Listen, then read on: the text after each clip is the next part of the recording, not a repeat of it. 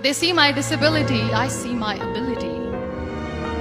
They call me disabled, I call myself differently abled. There are some incidents that happen in your life. Those incidents break you, deform you, but they mold you into the best version of you.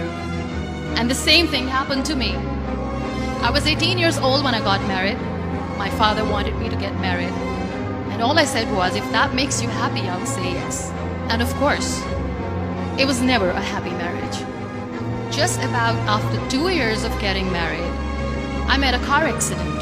Somehow my husband fell asleep. The car fell in the ditch. He managed to jump out, saved himself. I'm happy for him. But I stayed inside the car and I sustained a lot of injuries. The list is a bit long, don't get scared. The wrist was fractured. Shoulder bone and collarbone were fractured. My whole rib cage got fractured. And because of the rib cage injury, lungs and liver were badly injured. I couldn't breathe. I lost urine and bowel control. That's why I have to wear the bag wherever I go. 3 vertebrae of my backbone were completely crushed. And I got paralyzed for the rest of my life. I finally ended up in a hospital where I stayed for 2.5 months. I underwent multiple surgeries. One day, doctor came to me and he said, well, I heard that you wanted to be an artist, but you ended up being a housewife. I have a bad news for you. You won't be able to paint again because your wrist and your arm are so deformed, you won't be able to hold a pen again. Next day, doctor came to me and said, your spine injury is so bad, you won't be able to walk again. Because of your spine injury and the fixation that you have in your back, you won't be able to give birth to a child again. That day, I was devastated. I asked my mother, why me? And that is where I started to question my existence. Why am I even alive? And that is where I realized that the words have the power to heal the soul. My mother said to me, this too shall pass. God has a greater plan for you. I don't know what it is, but He surely has. And in all that distress and grief, somehow or the other, those words were so magical that they kept me going. One day I asked my brothers, I know I have a deformed hand, but I'm tired of looking at these white walls in the hospital and wearing these white scrubs. I'm getting tired of this. I want to add more colors to my life. I want to do something. Bring me some colors, bring me some small canvas. I want to paint. So the very first painting I made was on my deathbed, where I painted for the very first time. It was not just an art piece or just my passion. It was my therapy. And then I was discharged and I went back home. And I went back home and I realized that I have developed a lot of pressure ulcers on my back and on my hip bone. I was unable to sit. There were a lot of infections in my body, a lot of allergies. So doctors wanted me to lie down on the bed straight for not 6 months, for not 1 year, for 2 years.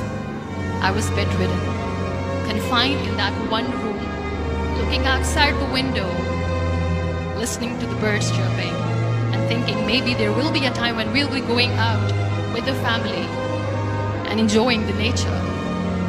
That was the time where I realized how lucky people are. That is the time where I realized that the day I'm going to sit, I'm going to share this pain with everyone to make them realize how blessed they are, and they don't even consider them lucky. That day I decided that I'm going to fight my fears. We all have fears.